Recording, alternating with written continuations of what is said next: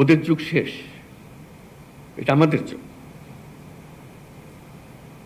এটা 1000 বছরের পরিবর্তন। যে হাসপাতালে গেলাম, যেখানে যা থাকার কথা নাই, যেখানে যা করার কথা করছে না, ইত্যাদি ইত্যাদি। এটা তো কারো অপেক্ষায় না, এটা তো আছে।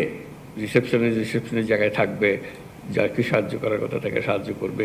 এটার জন্য আইনওয়ালা বদলানোর দরকার নাই, কিচ্ছু বদলানোর দরকার নেই। শুধু যেটুকু নিয়ম পালন করার বিষয়। এই সম্মেলনে আমরা চেষ্টা করি ওই 25% যেটার কথা বললাম নিজেরা করে ফেলতে পারবো,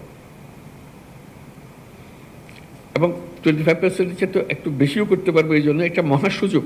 এটা ঐতিহাসিক যদি সম্মেলনের কারণে নাও হয়ে থাকে, এটা মহা পরিবর্তন দেশের মধ্যে এসছে। আপনারা নিশ্চয়ই অনুভব করেন। সেটা অনুভব না করে উপায় তো নাই। এমন সব কাণ্ড হয়েছে দেশের ভেতরে, যেটা 1000 বছরে আর হবে কিনা সন্দেহ। সেই সুযোগ, সে আবহ, এর ভেতরে আমরা আছি। এই যে একটা জোয়ার, এই জোয়ারের মধ্যে যদি আমরা ঢুকে পড়ি, চিন্তা করেন আমাদের কি পরিবর্তন সম্ভব। আমি আবারও বলছি, কিছু পরিবর্তন হচ্ছে না। মেশিন ভাগা পড়ে আছে, যেখানে যেটা থাকার কথা সেটা নাই, ইত্যাদির মধ্যে শুধু একটা মহা সুযোগ পেয়েছি, এবং এটা আমার আপনার মাধ্যমে হচ্ছে। আমরা এই প্রবাহের মূল চালিকা শক্তি। আমাদের ছেলে মেয়েরা, বাচ্চারা এখনো নাই, ওরা আসবে, ওরা দেখবে। যারা আমাদের থেকে বয়সে বড় তারা চলে গেছে বা কর্মক্ষেত্রে নাই। আমাদের হাতে এটা, এই পরিবর্তনের জোয়ার।